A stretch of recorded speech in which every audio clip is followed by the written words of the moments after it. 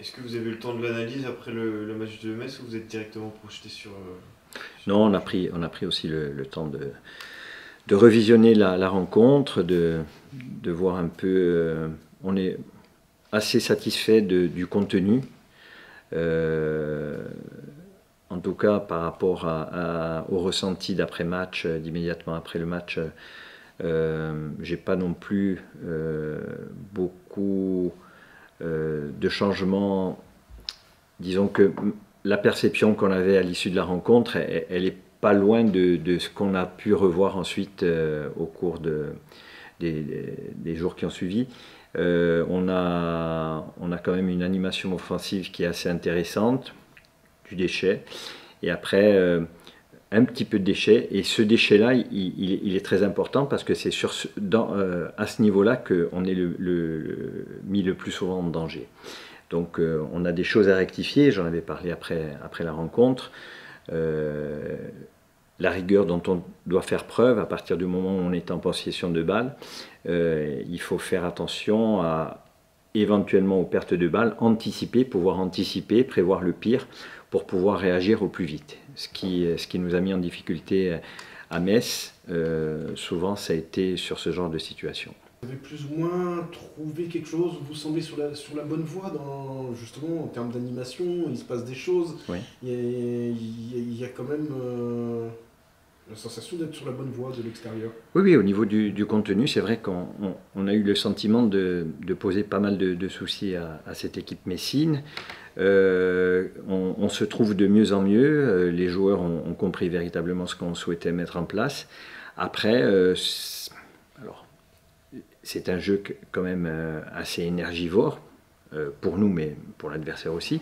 Et donc à partir de là, il peut y avoir de temps en temps des pertes de lucidité et qui occasionnent des pertes de balles qui peuvent être évitées. Compte tenu de la qualité de l'effectif qu'on a, moi je pense qu'on peut monter le niveau d'exigence pour faire en sorte d'avoir une maîtrise quasiment parfaite au cours de la rencontre. Voilà, c'est simplement... Voilà, il y a certaines choses à rectifier. Parce qu'encore une fois,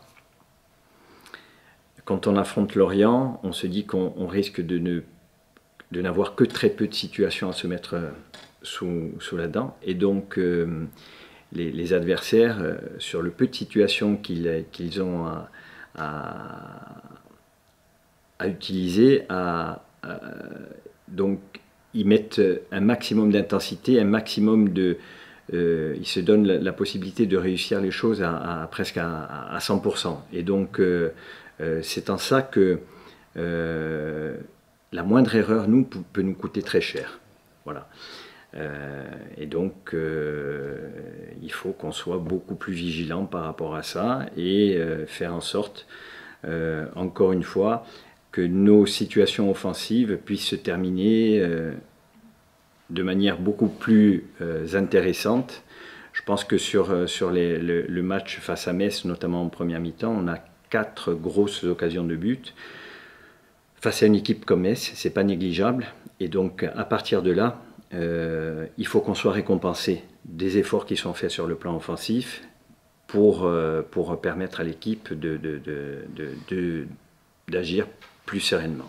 Voilà. Votre regard sur cette équipe de Pau qui a souvent été un poil à gratter dans cette Ligue 2, elle a embêté plus d'une équipe dans le passé. Oui, non, mais c'est une équipe qui est sur une bonne dynamique, qui a fait un très bon championnat la saison passée, qui est sur sa lancée aussi cette année, avec des joueurs qui se connaissent, une efficacité assez impressionnante sur le plan offensif. À l'inverse de nous, c'est une équipe qui arrive à marquer beaucoup plus de buts qu'elle ne devrait le marquer en fonction des situations. Voilà, les XG aujourd'hui les placent quasiment en tête dans ce championnat de Ligue 2. Énormément d'efficacité, et c'est une équipe rigoureuse, solide, et puis qui est rugueuse. Voilà, donc il va falloir s'attendre à ce genre de rencontre. Et encore une fois, équipe, par rapport à cette efficacité dont ils font preuve, être vigilant par rapport à nos pertes de balles, parce que ça peut aller très très vite.